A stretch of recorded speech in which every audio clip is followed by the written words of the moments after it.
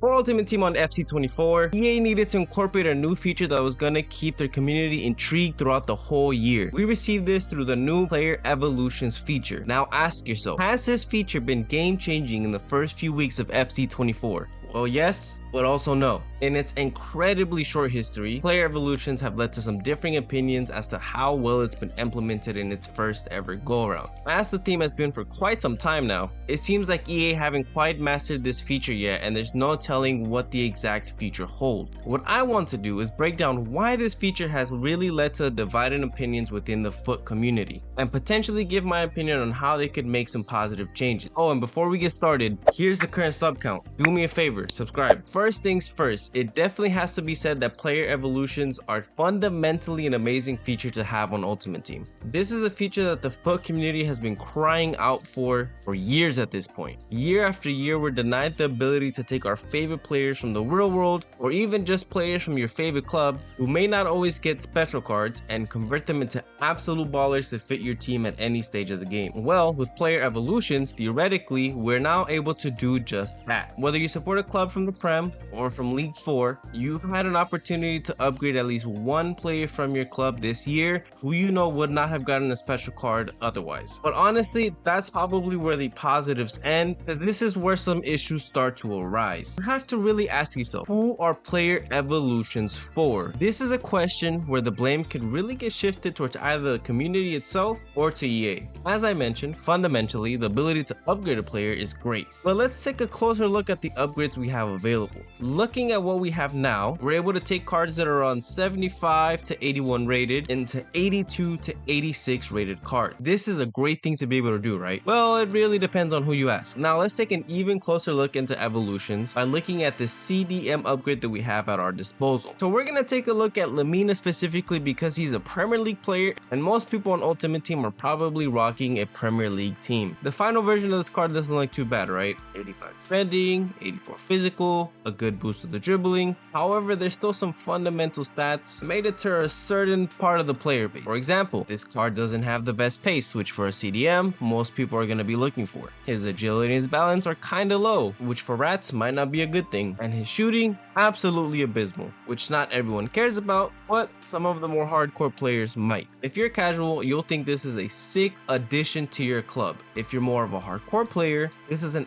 absolutely useless card and you have no reason to do this objective. You already have the best CDMs in the game. You already have your Tonalis, your Jude Bellinghams, your Valverde Informs, those cards that are absolutely OP in game. And this is the main reason for the divide. If you look at discourse on Twitter, it's very clear that part of the player base that does not rate these upgrades at all. They think there's no point in getting them done, but then on the other hand, there's players who either just like to have fun or play this game a lot more casually, or are willing to get these objectives done, put these players in the team and have some fun. If you're EA, you can't win no matter what you do. If you're a hardcore player, this player just is not good enough to make your team, and thus why waste your time trying to unlock them in division rivals or in FUT champs? You're putting yourself at a disadvantage by using a worse player than what's in your team at the moment. For casuals, you're more willing to power through the grind because you don't really care as much as a hardcore player. You're just happy to be able to upgrade your team simply by completing some objectives, which is something that we should all be looking forward to. And now, of course, there's definitely people who fit in between both of these extremes. I consider myself a hardcore player, but I don't mind doing evolutions for cards that I think would be fun to have. You can blame the community for having such ratty mentality and only wanting to have extreme meta upgrades available all the time, or you can blame EA for now making the upgrades insane to start with. This is definitely a more gray area as it really comes down to what each person looks for in their upgrade. However, one aspect that the community can all agree is an absolute L is the fact that EA are showing their true greed with these upgrades. We already know that year after year, EA is looking to fatten their pockets even more, so it shouldn't be a surprise how they have handled player evolutions this far. There has already been a handful of evolutions that require either coins or points to be able to complete. This then forces the community to ponder if the final product is worth the coins or the FIFA points that they are spending. For example, to go back to the CDM evolution, it costs 75k or 1500 FC points, which is $15 to be able to get it done. In a year where it has become even more difficult to obtain coins and where player prices are incredibly low, it puts the community in a really tricky position. For hardcore players, players, why spend the $75k or $15 on a card that won't even fit your team when you can just go buy someone off the market for the same price? For casuals, more than likely you don't even have $75k, or you aren't willing to spend $15 for an upgrade because you're not as committed to the game. On top of that, EA are constantly dropping either SBCs or objectives, which don't cost you any coins, just your time, where the cards are just as good or better than the Evos. In my opinion, if EA are going to charge you, they need to drastically improve the upgrades for these paid evolutions, or at least add more things to make them unique. Maybe weak foot or skill moves, or adding new traits. If they're gonna lean into pay to win, lean into it all the way. Or what would actually be a huge dub